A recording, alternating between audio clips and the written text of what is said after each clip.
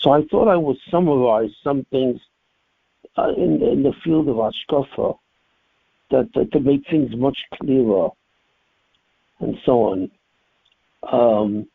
And I thought I would talk about the difference between three subjects: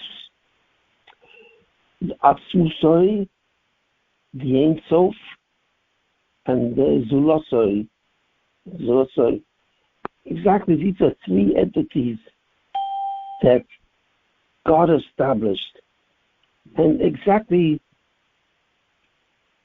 what is this about? What is the key feature in which God had that he was concerned with in creating the world? We know fundamentally that there are really four stages. These four stages, more like 6 or 7, in terms of God's creation. And fundamentally, we know that the purpose of the creation was fundamentally to create a Zuloso. And what does that mean, the Zuloso? God wanted to create a certain being that would be capable of coexisting with him for all existence. This being is called the Zuloso, or that which is other than God. And this Zuloso was mankind.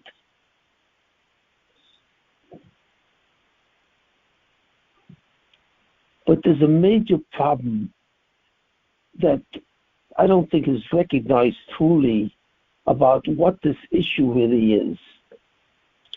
There's a major problem in God in terms of creating the Zuloso, or that being which would coexist with God forever. What do we mean by, first of all, forever? What forever means is not the infinite amount of time, like 1,000,000 years or 1,000,000,000 years or 1,000,000,000,000 years. Forever does not really mean that. Forever actually means existence without the involvement or the engagement with time. What does that mean? That means there's really no time in forever. Forever really means endless. It just goes, we cannot understand what that means. We have no comprehension what forever is.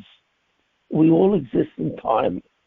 In other words, when we exist in things, we have substance, we have existence space, and we exist in time. In other words, existence has certain qualities of past, present, and future.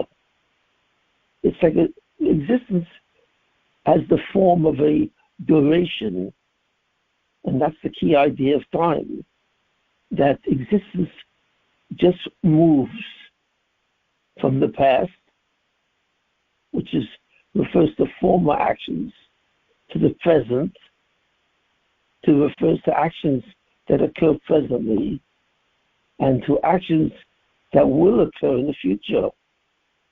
And that's how we experience time.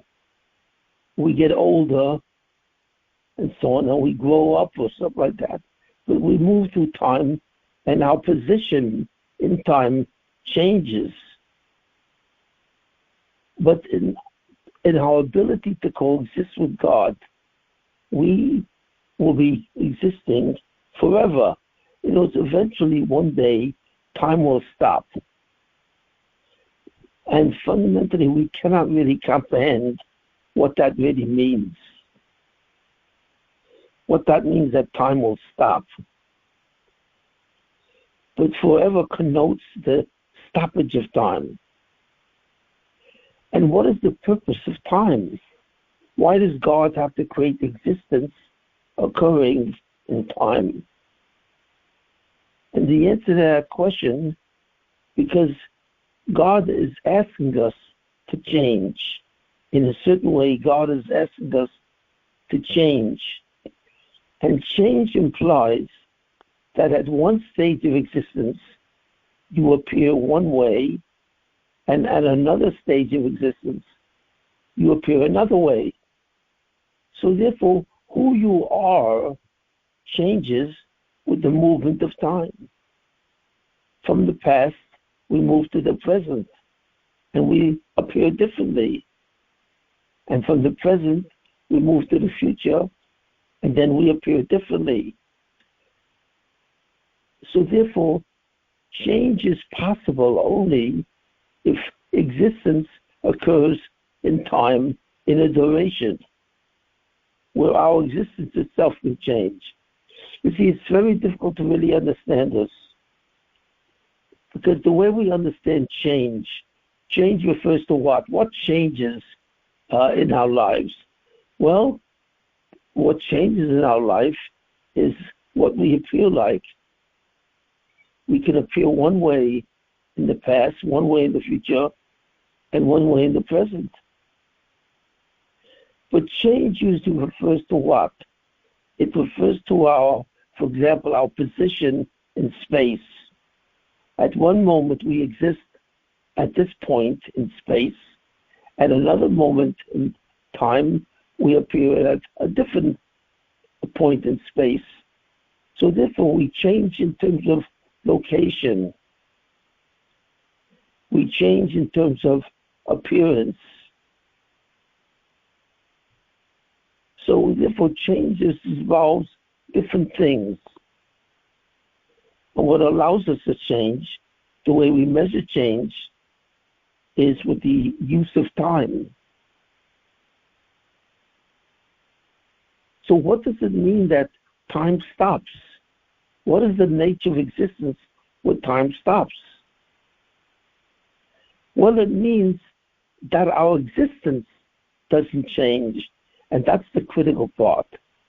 As long as there is time, there is a change in appearance, a change in location, and so on and so forth. But once there is no movement of time, there's no change in anything. So our existence remains constant. It's exactly the same. And what is it that God expects us to change? And why does God expect us to really change? That's because the Zuloso, or the recipient of eternity, has a certain issue. And we said this issue was called Nothingness Outside of God. And what exactly is this issue? The important thing is, what does the Torah say about God that contradicts this issue in a certain sense? Because a person, the essence of a person is called self-awareness. In other words, our existence takes place as a matter of our awareness of ourself. When we are aware of ourselves, we know that we exist. And this knowledge is a property of self. It comes from the self. You see, technically speaking, existence is not really a process, which really it's a process which occurs to us. In other words, our existence is not really outside of us. We know that we exist. How do we know that we exist? Well, we don't know it by senses. We don't sense our existence, with the five senses at all. It's not something that we see or something that happens that we know. How do we know we exist? We know we exist because of something called awareness. And that is the existence of self in our own awareness. And what we call our own awareness, the awareness of itself, it's the essence of who we are, that we have a sense of when we are aware of ourselves. And as we exist in time, we know about this thing, and so on and so forth. So our knowledge of ourselves is highly personal. It's highly unique. It does not come from the outside. It comes from the inside of us. Our knowledge of our existence for everyone is personal. He knows that he is. But in addition to the fact that he knows that he is, he also knows something else exists, another person, another thing. So he knows the existence not only of self, but he also knows the existence of something called other. What does that mean, other? Something which is outside of himself and different from himself. So the knowledge of our existence is twofold. We know that we are. Each person knows that he is. It's personal. But at the same time, he also has the knowledge that something exists outside of him, and that's called an other. So that's the essence of awareness, the awareness of ourself and the awareness of other. So therefore, what's the problem? Well, the problem is, who is the other? Who is that other that we are also aware of all the time? Well, that other is the fact the one who made us. Fundamentally, we know that we were made, but we cannot make ourselves. Somebody else has to make us because we're outside of someone else. So therefore, we know that there's a maker of all things. The entire universe that we know was the author of us. How it made us, we don't really know. But we know that we are here because of the process that we were made by someone else. And this someone else we call God. This absolute being who is outside of us and who made every one of us is our creator that we know instinctively because of our ability to see another. So therefore, this determines the nature of our relationship with God. How do we see God? Well, the way we see God is that we see that there's a duality in creation. There is God, figure A, and then there is us, figure B. And the relationship between the two figures is that one figure made the other. So then when I refer or communicate to God, for example, when I make a blessing to God, that blessed should be He, we know that we refer to ourselves as from the word me, and we refer to God as you.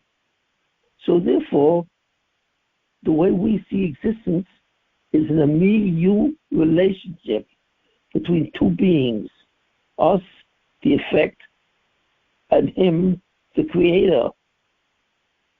So therefore, existence really possesses the duality of Him, who is the creator, and me, who is the effect of the creation. But therein really lies the problem. What does that mean, therein lies the problem? And it's the greatest problem of all. And the truth is we do not realize it.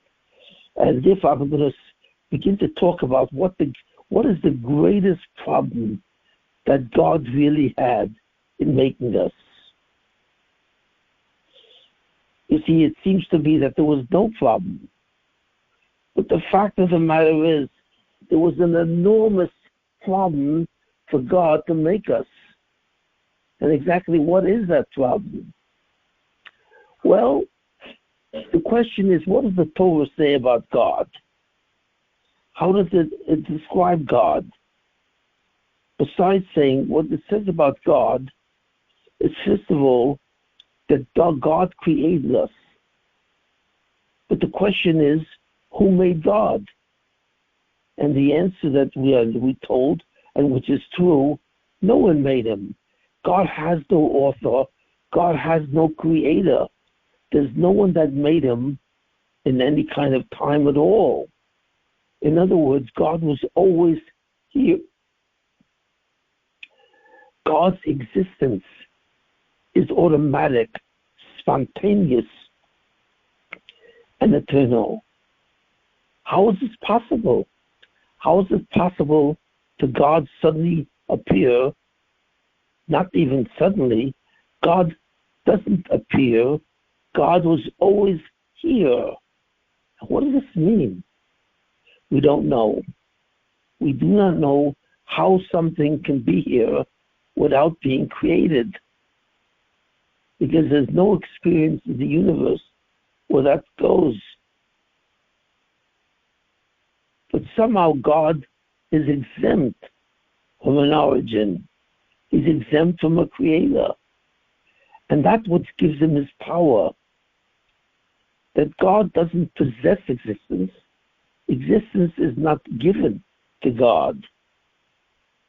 It's something that he doesn't possess.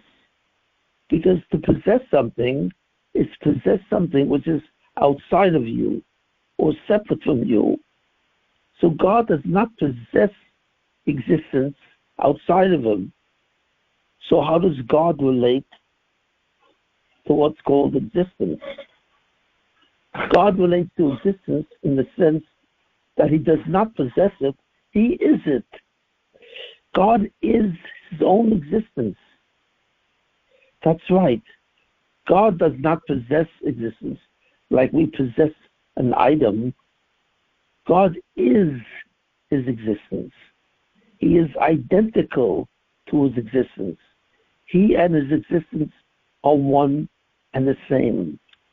So therefore, if you are nothing more than the continuous process of existence, you have to have this permanently. It has to be part of you or intrinsic into your nature. So therefore, if that's the case, you must exist. There's never a time, there is no time, first of all, but there is never an instance when you don't exist, because you are the process of existence itself. And how do we see that? How do we see that God is his existence? He and his existence are the same. Now we can barely understand that. We have never met anyone who was actually the fact of existence and did not possess existence as an outside process which has to be given to him so that he can exist. We have no comprehension of this fact.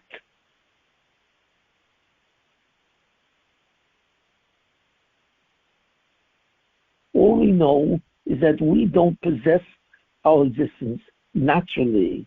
It has to be given to us as some kind of process which allows this to happen. So what does the Torah say about God? Well, the Torah, first of all, says that God is timeless. He's outside of time. And he was always here because he is his own existence, which we cannot comprehend. We, however, the human being, is not his own existence. It has to be given to him. It has to become a part of him. In other words, mankind has to be created and manufactured and produced. This is the very one single basic difference between us and God. But when the Torah teaches about God, it speaks about another concept, which is absolutely astounding. When the Torah talks about God, all it says is, Ain Od Mulvado. What does that mean, Ain Od Mulvado? It refers to God's unity. What does that mean, God's unity? It says, first of all, that there's only one God. There are no more gods. and that the one thing which is impossible for God is for him to create another God. Because by him creating another God, he's creating a power that really doesn't possess its own power. He has to give it its power. And if you have to give God his power to whatever he does, he is no longer God. So therefore, God cannot make another God, because the definition of God is that he has self-power automatically and spontaneously. So we see, therefore, that there cannot be another God. But what does that mean? Does that mean there cannot be another God because of the fact that there is no one else? No, it means more than that. And this is where the problem really lies. It's not that there's simply an absence of another God, and therefore God is one. It's that it is impossible for there to be another God. So this is an impossibility. And that's what we mean when we say, Shema Yisrael Hashem Elokeinu Hashem Echad, there is one God. It doesn't mean that there is one God, but there could be another God. It means that there is one God, and there cannot be another God. So therefore, God cannot exist in a duality where there is more than one of them. But is that the meaning of Eino Mavado? There's no one else? No. It even goes to a deeper plane. And what does that mean? It means not only is there no other being besides God, but God has no outside. That's right. God has no outside. Well, what does that mean, outside? There's no such thing as a non-God at all. There's no such thing as another being outside of God, which would make reality composed of two beings. Well, if God has no outside, that means that everything that he made is inside of him. That's what that means. And that's extraordinarily powerful. What does it mean that God has no outside? It's not simply that he has the absence. God exists in the absence of anything else. No, that's not what it means. That sometimes something is present, sometimes something is absent as far as God is concerned. There is nothing absent outside of God, because there is no possibility of an outside. And this is an absolute truth and very powerful. There is nothing else besides God. And anything which exists besides God exists in God. That's right. It's not that existence was created by God. No. That even when existence exists, and it could be identified as an entity, that entity exists inside God. And that entity is a result of his power.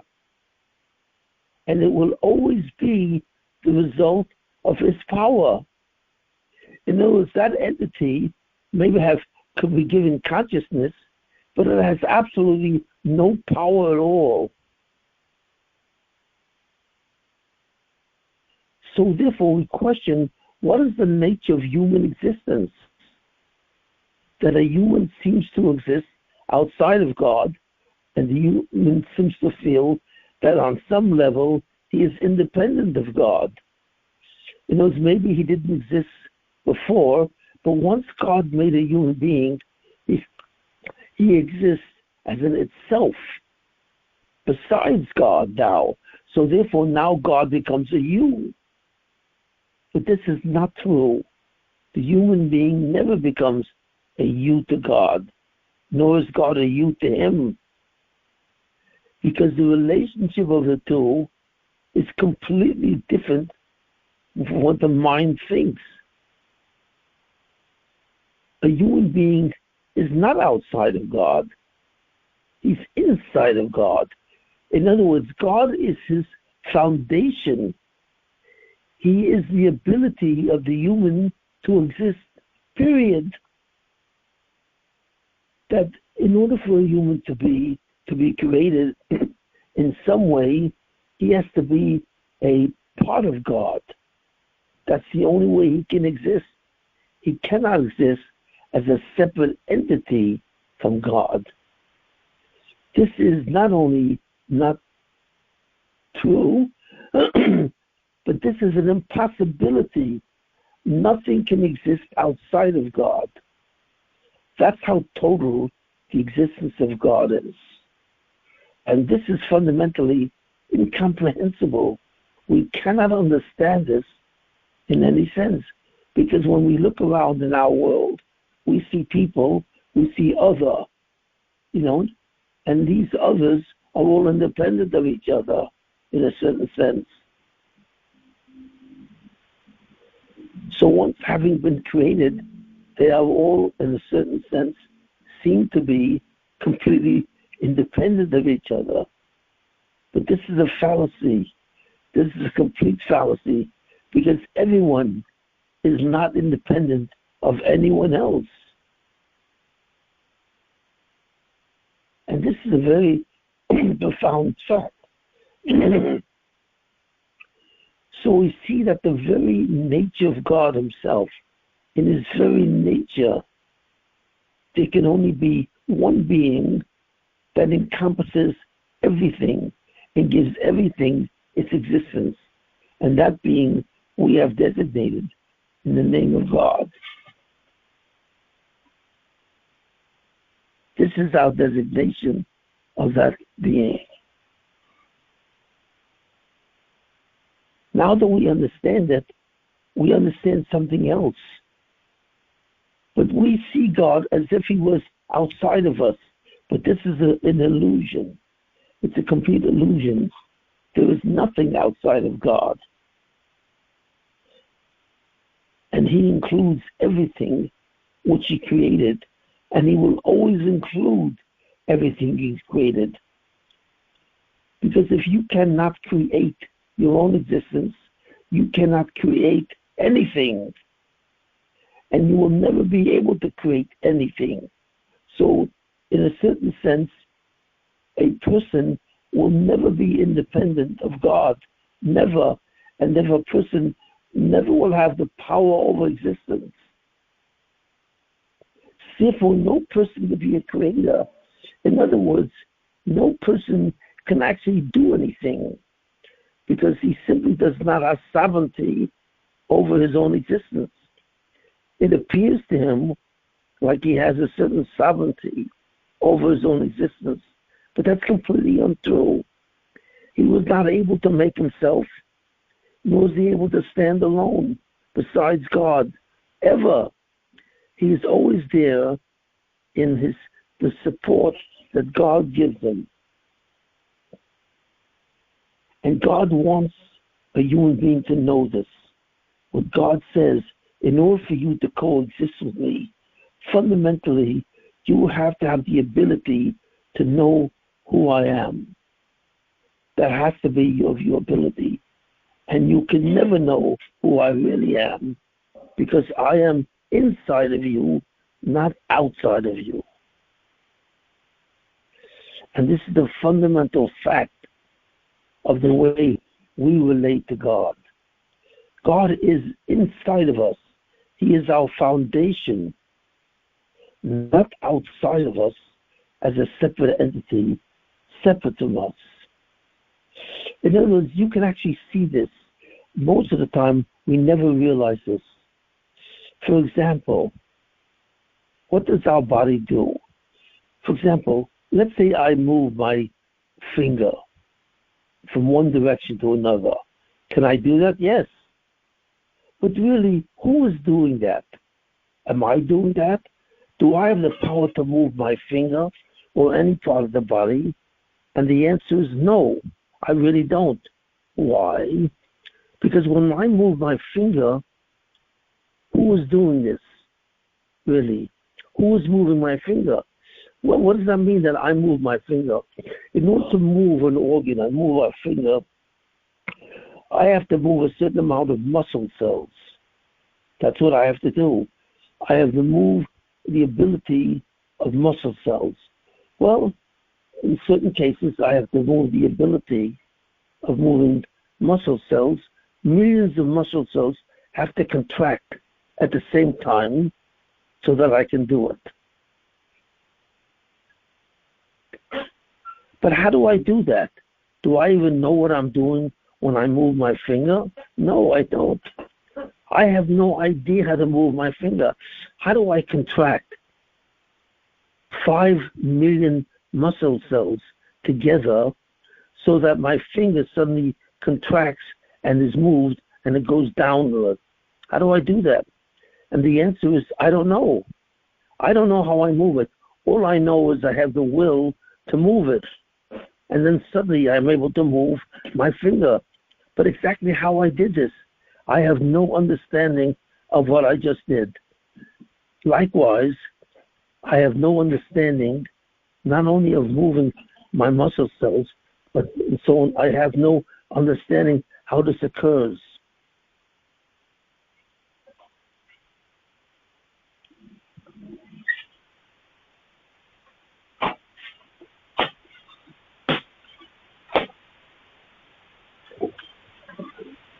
So fundamentally, did I do that? Did I really move my muscle cells? Or did it just happen by itself? It seems to have happened by itself.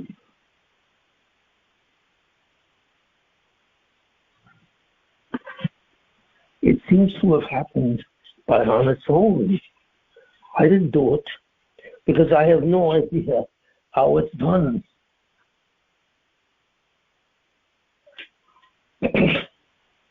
But somehow it actually happened. So therefore, can it be said that I did it? Not really. I was able to express a will to do it. I can feel when I have the will to do something. But fundamentally, I cannot do it by myself.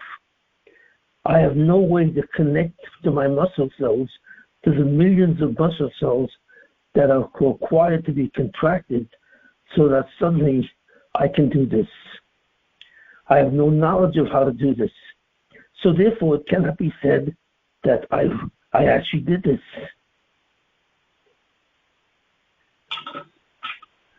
So fundamentally, who did this? The one who did this is God. So in other words, every movement that I make with my body, when I digest my food, when I suddenly eat, I have no idea how I deposited the food down my esophagus and into the stomach. I don't even know that I can do this. I simply put the food in my mouth and suddenly I swallow. And the food suddenly goes down to my stomach. And the food is digested. But how is that possible? I don't even know who's doing it. In other words, I am not doing something directly with my muscles. It is being done for me. Every movement of my body, every movement of my heart, my stomach, my kidneys, and my lungs, every movement from these organs are occurring by themselves. Who is moving them? You know, how does whoever's moving them know how to move them? I have no idea. We are nothing more than automatic robots which function in a way in the human body. But can I say that I did this? Not really, because I have no idea how I'm doing this. I have no idea how it's done.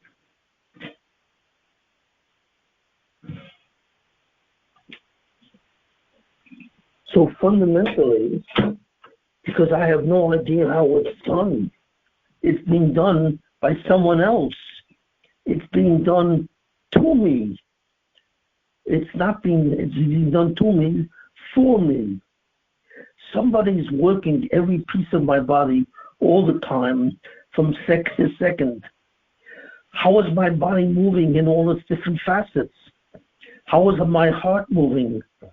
My mind is moving, and so on. I am not doing it because I have no idea how I'm doing it. So therefore we see an astounding fact. I don't even have control over my own body. I am not doing anything for my body or to my body.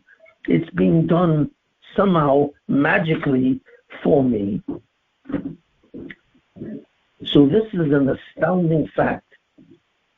It's an astounding fact that my entire existence is being performed by someone else. And this someone else is God. He is the only one who has power, and he is the only one who's able to do anything at all. So the greatest illusion of the human being is that he is doing anything. That's right. And that's shocking, that when you really think of the relationship of you to your own body, you realize that you are doing nothing for your body, that everything is being done for you. So therefore, what exactly is my power? Do I have the power of movement? Do I have the power of going from one place to another? No. So fundamentally, I can't even get out of bed in the morning to move. I cannot even get up from a chair on my own. I simply will it, I desire it, and suddenly my body does it. So fundamentally, my mind seems to be a command center to perform actions. But that's all it is.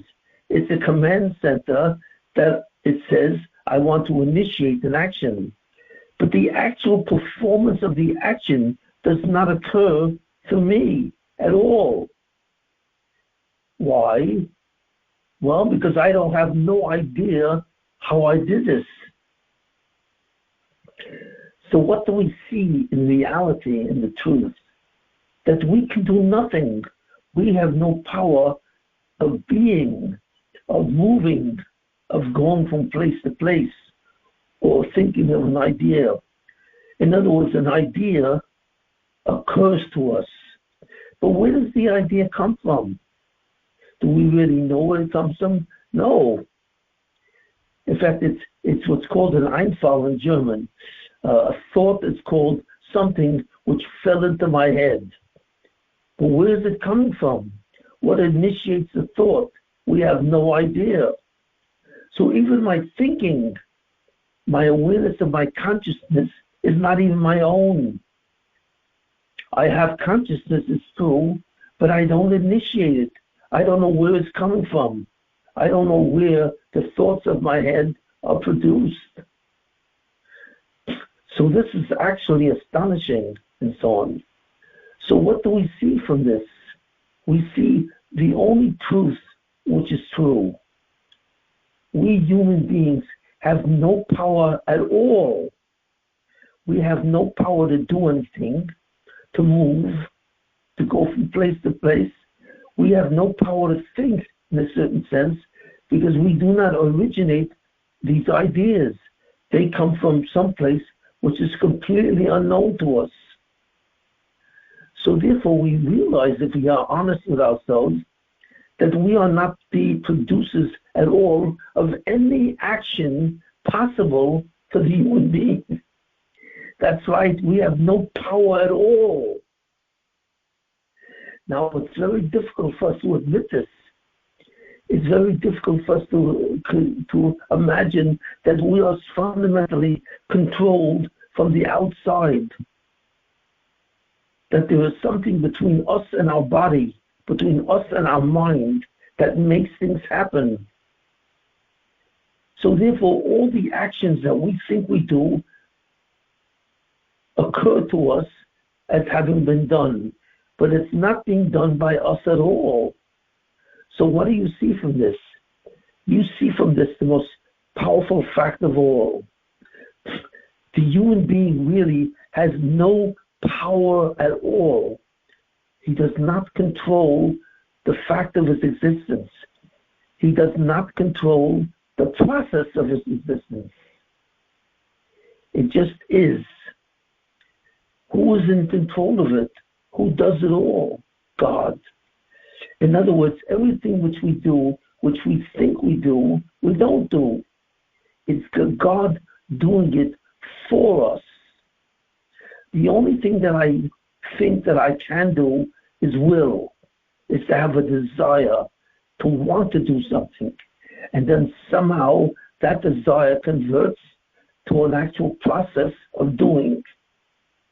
But that process of doing is not in any way truly controlled by our conscious mind. So what kind of power do I really have? The only power that I really have is the knowledge, the awareness that I am not doing anything. That's right. The only true awareness that's completely true in our mind is that I am not the fundamental producer of any action that I do. But these actions happen to me. They are done through me or for me, but then they're done by me. So the only thing I can do is I have the awareness fundamentally between me and my reality. And I am aware that the only connection that I have to anything real is to have the concept of will and desire. Nothing else. Because everything else is controlled by God and is done for us by God. And this is the fundamental idea.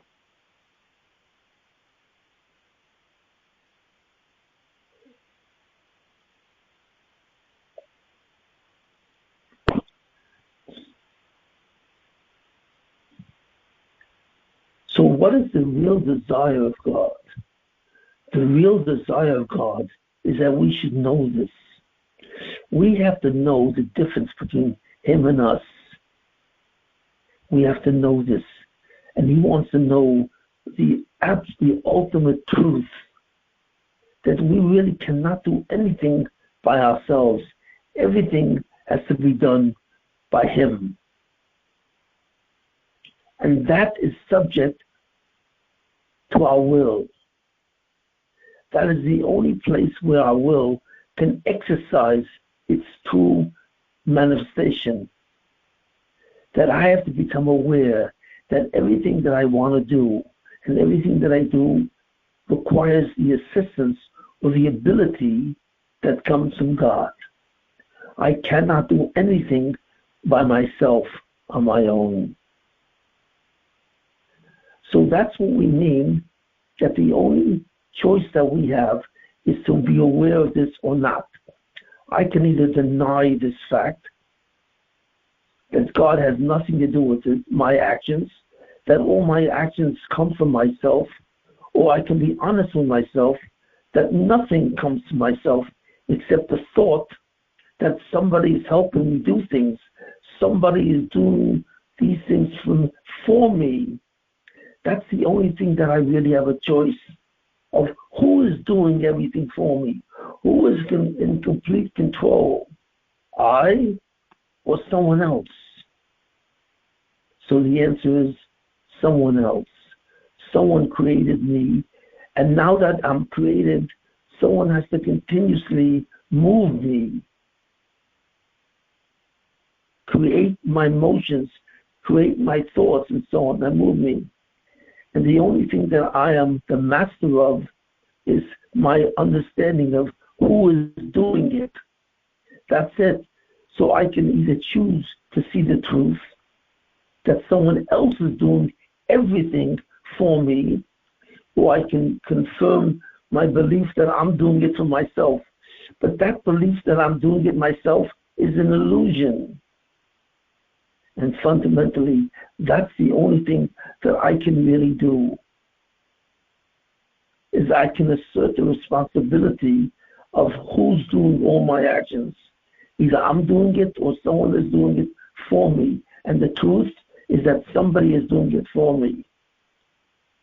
So the only thing that I can really do is actually know and realize the truth.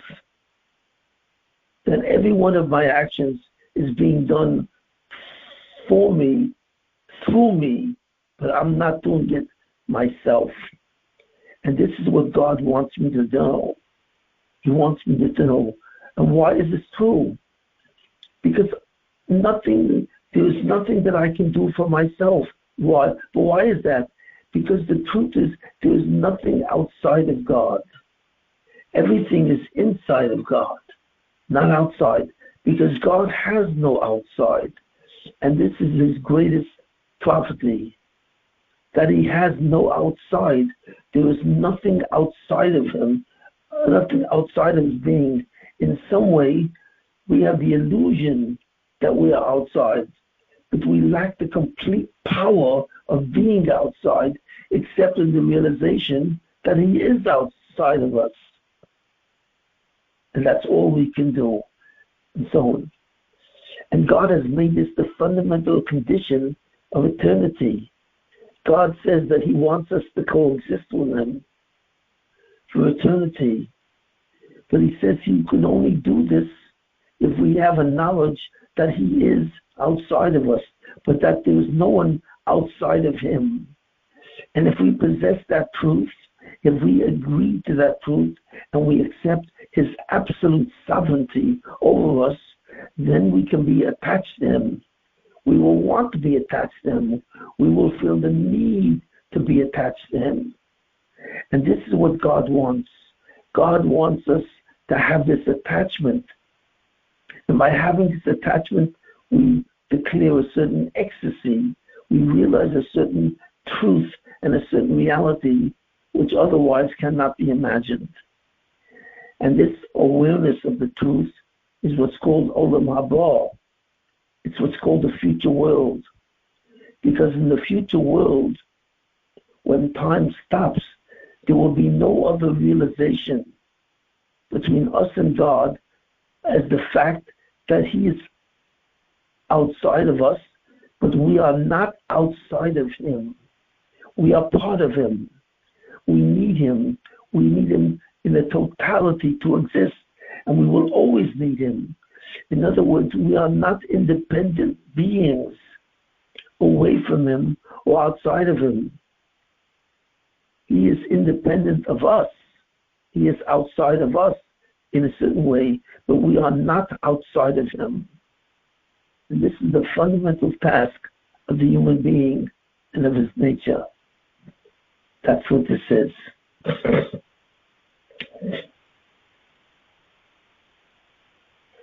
So in that case, it turns out a very fantastic idea. How does God create us as if we think we are outside of him? Because we see that it's impossible for us to be outside of him.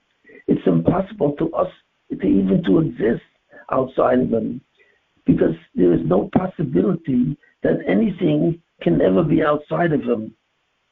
So in the end, we have to ask the most powerful question of all, the most powerful question in existence.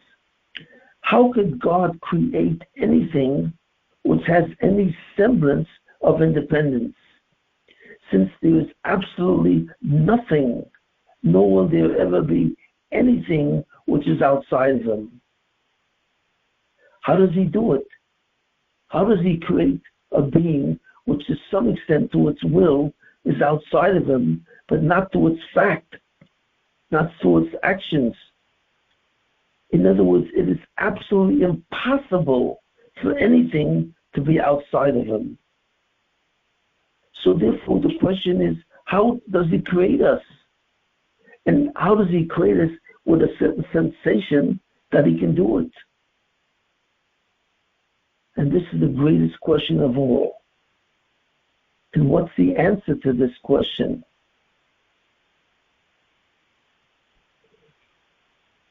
Well, before I answer this, I'd like to take a half a minute and just stop the lecture for half a minute and return in a half a minute.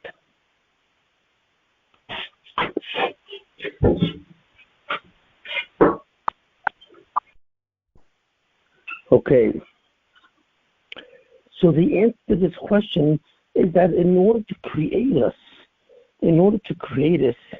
as if there could be something outside of him, even in our thoughts, God had to create another version of himself, right?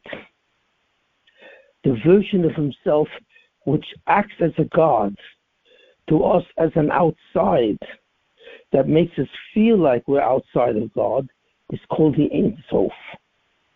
Ain Sof means beyond any edge, beyond any outside. The Ain Sof is the version of God that allows him to create us as if we were outside, and we think we're outside. That is the fundamental version of who he is, the Ain Sof. So therefore, what is God when he's not in that version? When he's not functioning in the version of the Ain Sof, in that he can create something outside of him. What is his true version called? And it's called the inside, or it's called Atzmuso. Etza means substance.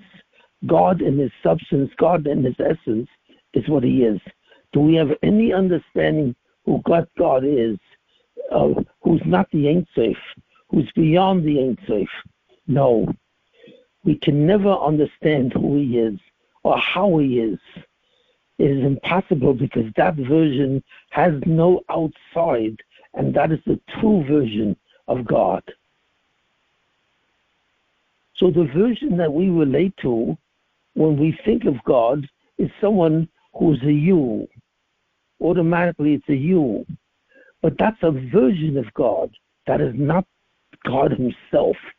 God himself is not a you at all, and is not outside of us at all, but we are inside of him. So therefore, in order to create the world, or to create a human being, God had to create another version of himself. And that version of himself, in a certain way, is like called a malbush. A malbush is a cover, like a piece of clothes. When you put on a piece of clothes and you cover yourself, that's called a malbush, or like a piece of clothing. The Ain Sof is really a malbush that God wears in his activity as God. Because God fundamentally cannot have an activity that relates to us. He cannot have an activity where we suddenly become an outside, because that's not possible. So the version that he creates to be an outside is called the Ain Sof. And the Ain Sof is an extraordinary being. It's the being which represents God in his ability to create us. But it is not God himself who actually creates us. Why? Because God really cannot create anything outside of him. God has no outside of him. And this is the most important fact of existence. The Ain Sof is the solution to a problem. And that problem is that there is nothing outside of him.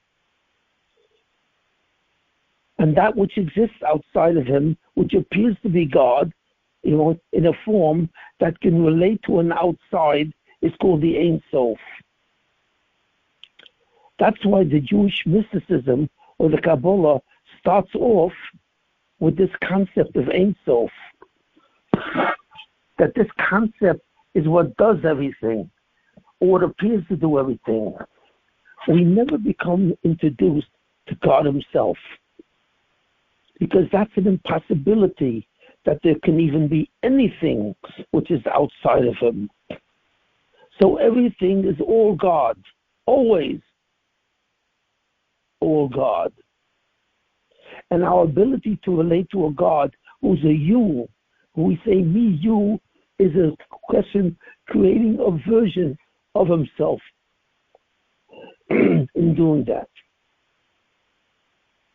So therefore, the human being who has self-awareness and sees himself as existing relates to the Ain Sof as God. So in a certain sense, the version that we have of God, who we relate to as if he was outside of us, is kind of an artificial creation. And it has to be that way. No other way exists as a possibility. We have no power that's given to us. We have no power even to exist fundamentally. And we only exist relative to the image that we have of the Ain Sof, that which is beyond concept. God creates a version of himself where he's beyond a concept. He's beyond an idea. Every entity is nothing more than a concept. It's an idea in our mind that we see and that we create. But that's all it is. It's really an entity that we create in our minds. It doesn't exist, nor do we exist. The truth is that we never really obtain existence as the way God obtains it. God obtains his existence through what he is. He is his existence itself, and we cannot comprehend what that is.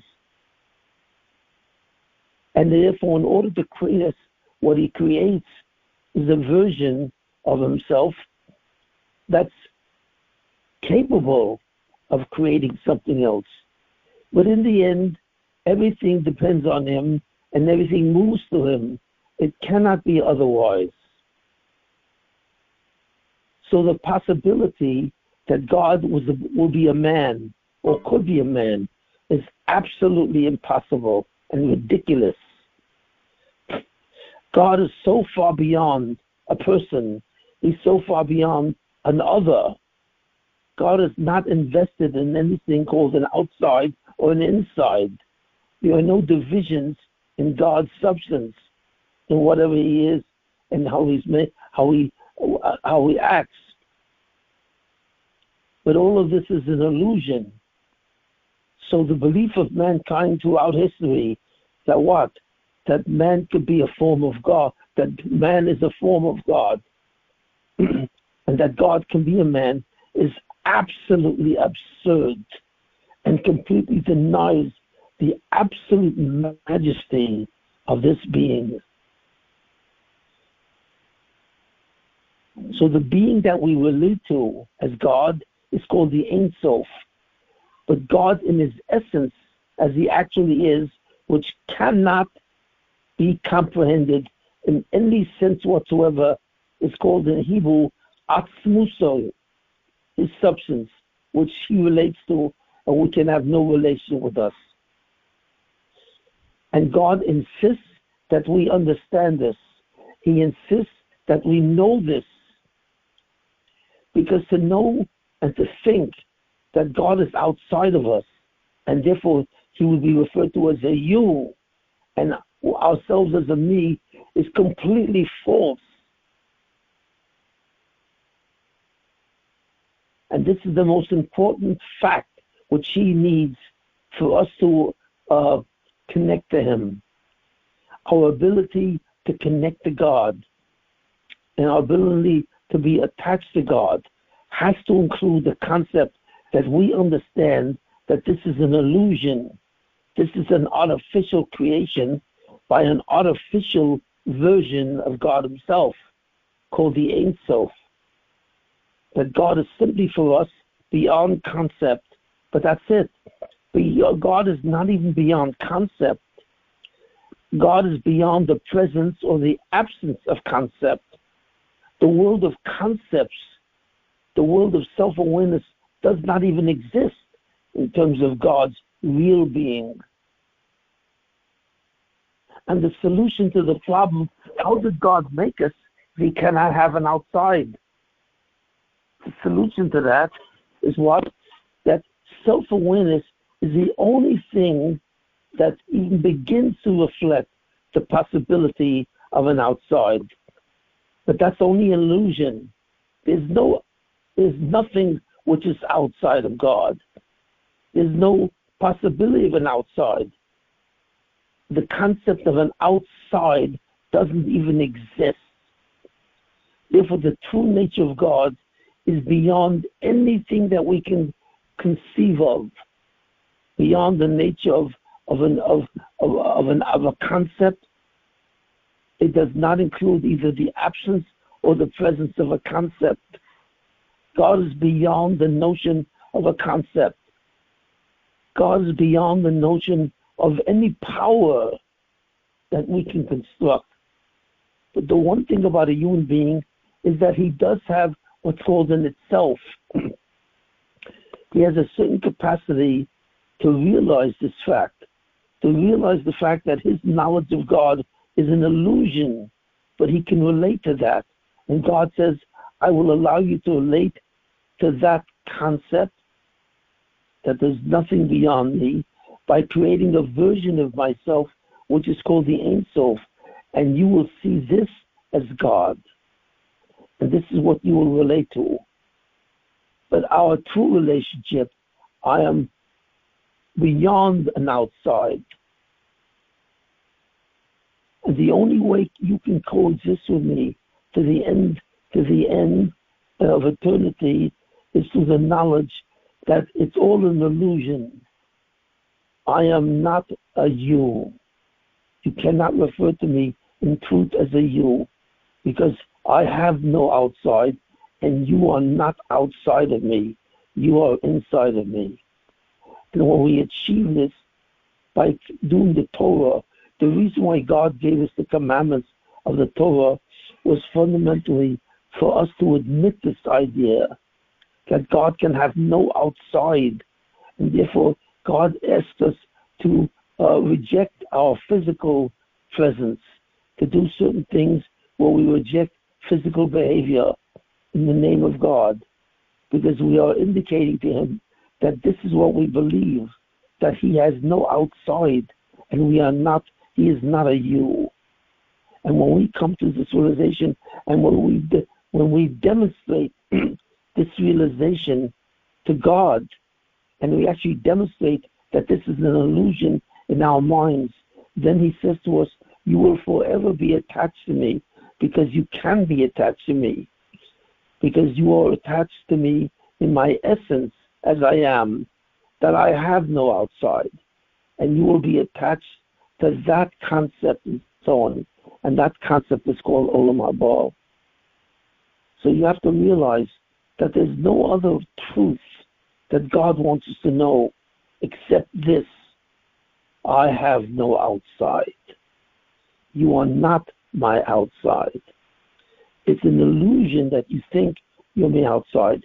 And the only power that you have is to choose between that truth and something which is false. In your mind, it appears that I am outside of you and that you are outside of me. But this is a complete illusion. And therefore, you have to be attached to me in truth to coexist with me forever. And this is the main purpose of why man was created and what God wants man to achieve, the fundamental knowledge that God has no outside, and that for all practical purposes, it's impossible for him to create something else outside of him, but rather we are created from him and somehow in him. That God did not really create us. God simply derived us from his own being, because God does not create anything which is outside of him, since he has no outside. And when we achieve the knowledge of this truth, then suddenly we can be attached to him. And the way we achieve this knowledge is by doing commandments, by being moral and civil and so on, by realizing that all of mankind is really a brotherhood. Why? Because all of mankind has one God. It does not have two gods or five gods. It only has one God. So therefore God is the father of all of mankind, at least to the extent that he created us. There are no such thing as two people. But all people are connected and all people are related. And when we don't act that way and we don't behave in such a way, we defy the truth of God. And that's the main thing. God does not want us to become eternal with us. God is saying, you must be connected to my truth. And my truth is that I have no outside. And all of you, all of mankind, down to every individual, comes from me and is holy, and therefore has to be respected and even loved. Because mankind is a brotherhood that comes from the single Father of them all. In fact, God really, in effect, is not even a father, because he's not even outside of us. But we relate to the Ain Sof as the version of God who is a father, who is our creator, and so on. And this version allows us to be with him. So therefore we see fundamentally that there are three basic entities. There's Atzmuso, God himself, who is beyond any concept or any understanding. And then there's the Ain Sof, or that which is without end. And that's the version of God that appears to be our Father and our Creator. But it's only an appearance, because we come directly from God himself. And there's finally us, the human being, which is called the Ain Sof, who has an outside, where we know, when we see, we comprehend the concept of an outside God in the form of Ain Sof, and we are attached to that form, and we will coexist with that form forever, beyond time and beyond space. So the appearance of these three entities, Atzmuso, God himself, the Ain Sof, the version of God, which allows him to have an outside, and us, mankind, which is called the Zuloso, who is the apparent outside. And this is a unity between the three that will always exist. As long as mankind is here with his own self-awareness, he will relate to the Ain Sof. But the Ain Sof is a version of God that permits him to suddenly create an outside. And that's the way it is, and that's the way it will be. And this is the most fundamental truth of all. That when God created existence, he created these three, he created these two concepts of the Ain Sof and of the Zuloso. And it was his intent to create a tremendous goodness by having everything relate to him in terms of his existence. But the way we have to understand his existence, we have to understand the existence of God as he is, which we cannot do, but we have to know this, and we have to relate to him as if he existed outside of us. And in this way, the ultimate relationship that exists between these three entities, although the first one, which is Atzmuso, is not really an entity, because it has no outside. But we relate to it as if it was an entity. And this is the first and foremost purpose of creation, to create a Zuloso, which is us, to always realize that we attach to God by not being an outside. And that means coexisting with him in a state of total ecstasy. When we realize that, we will have a state of total ecstasy, and we will be connected to the ultimate truth. There is no other truth. That is the only truth, and that cannot be denied. Okay. Any questions?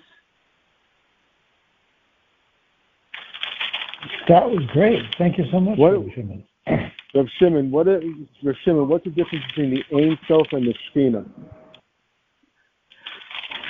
The Shekhinah is simply a power that relates to us. It's considered the Shekhinah is one of the Sfiros that relates to us indirectly, and it allows us to create this kind of understanding, so that the actions that we do are registered in the Shekhinah, and these actions really allow us to coexist with God. Mm-hmm.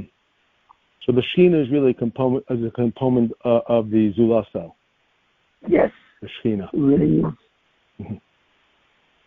Mm-hmm. It's the one where God relates to us in His powers.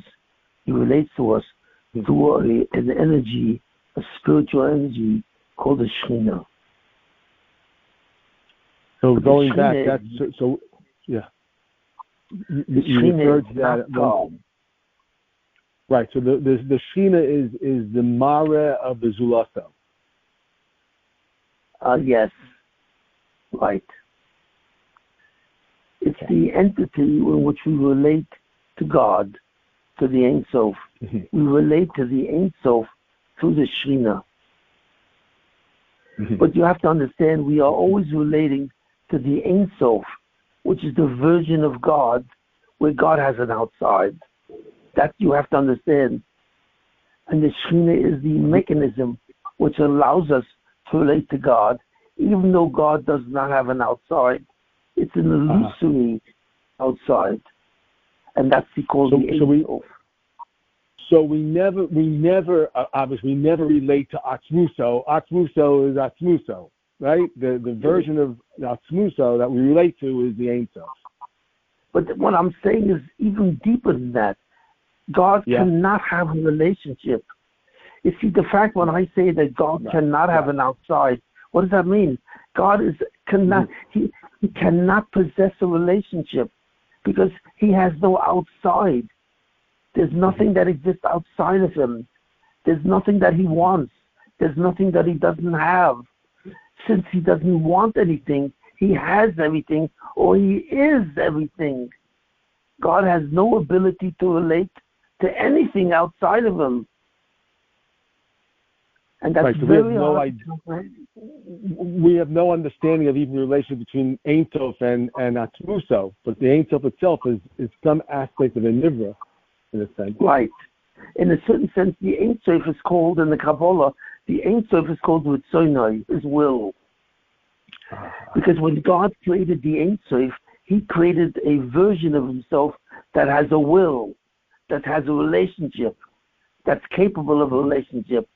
But the truth is that Atzmuso, which is the original, the true version of God, is totally beyond anything that we can comprehend, beyond the relationship, beyond anything which is outside of him. So what God had to do was create that possibility of something being outside of him. Mm-hmm. He had to create the possibility where he suddenly has a relationship. Because automatically this does not exist. God has no relationship. God cannot have a relationship in truth, in terms of his real essence. You see it? It's so abstract. This is so deep that it cannot be comprehended by a human being. But yet, when we're mispalo, our kavanah should still be to Atzmuso. Yes. Even though we cannot imagine Atzmuso, we can say, we know that you, God, of Atzmuso, you are beyond the capacity of relationship. But you give us the ability to relate to you, Atzmuso, by thinking of you as an Ain Sof. Right. Gotcha. So what I just said today is the deepest concept that I ever said. To know who God really is in himself. That God in himself cannot have any relationship, cannot have anything outside of him. And he has to create another version of himself to coexist with us. The one who has to coexist with us is Ain Sof, which is the version of God as if he had an outside. That's how deep this goes. And if we think for 1 second that we are outside of God and independent of him, and therefore we say about ourselves, me, and we say about God as you, that itself was created because it cannot exist in truth. And when you understand this and realize this, and I say the best way to realize this is to realize that you cannot do anything. You can't do any action. You can't move. Because the one who has to do that is God. He has to do that for you. He has to move every one of your 50 trillions of cells. You can't move it. You don't even know that they exist.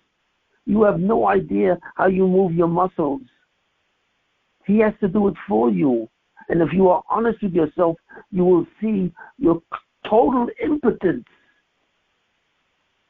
relative to God. You said, Rav Shimon, just to clarify one other thing, you said before, so the thing is that even the machshava for any action, other than the true bechira, the bechira is not even in the machshava of the action. Don't tell you bechira is when you choose between A and B, right? Right. Not the action. Machshava. So the Brotherhood is doing the machshava. Other than the machshava of bechira, we don't even have the machshava to do the action. Right. Because even free will has to be granted to you. You don't automatically have it. Just because you have consciousness and self-awareness does not mean that you have the freedom to choose whatever thought you want to have. Thoughts pop into your head. They come to you from somewhere we have no idea. And then we have to act on those thoughts. We have to act on the thoughts which are given to us. They are not from us, but they are given to us. So everything is from God. Everything. And we have to find it. And the only place that we have free choice is to choose the truth of God. That's it. We have the ability to choose the truth of God. And beyond that, we have no power at all.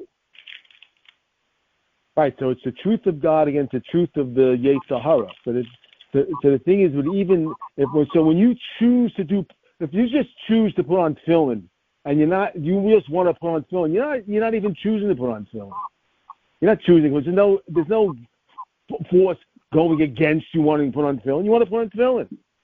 Right. That's what I'm trying, So really, the Brotherhood was giving you the machshava there. It's only when you choose between, the two opposite forces that you're really have right. the hero. That's when you choose. Right. Yeah. Well, I hope I've been clear. I've given a very deep understanding of God, who God is, and that's what He wants. So He wants to have a relationship, but He has to create that possibility.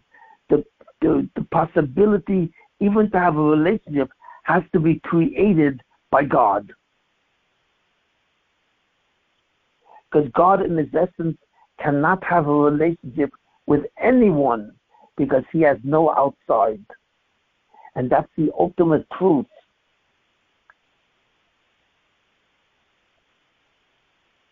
Okay, so think about these things. Could I tell you to clarify what kavana we should have by ben Adam lechavero again, and how that relates to this? Well, we have to realize that since there is one God who doesn't even have an outside, all men were created by the same being. So therefore, the entire humanity is one big brotherhood. Men and women constitute a family, so intricately related that God wants us to love each other because we are totally brothers. And to think of anything opposite that is it's an insult to God. Because when you look at another person as inferior to you, it may be his nature, but when you look at another person as inferior and separate from you, that is the betrayal of his creation. That is the betrayal of your relationship to the two of you, how you relate to each other. So the greatest falsehood that mankind has ever adopted is to believe that all humans come from different places, from different gods, and so on. This is a total falsehood. The total truth is the absolute unity of mankind, the brotherhood of mankind. So that's why it says in the Torah, and you shall love you shall love your fellow man as if you love yourself, because he is you. He is not really separate from you. You both come from the same place. You both come from me, the singular God. And since you both come from me, you are absolute brothers. And to defy this concept, to defy this illusion, is one of the greatest sins of all. And this is what angers God to the largest degree.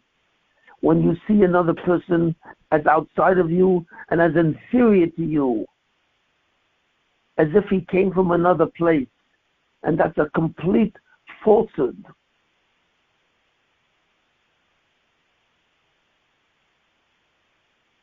So God wants you to understand that you are one with all humanity, not because he's a nice guy or you have to be nice to him.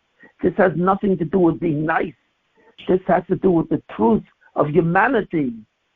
The truth of humanity is an absolute oneness and a brotherhood which exists by them by virtue of their creation.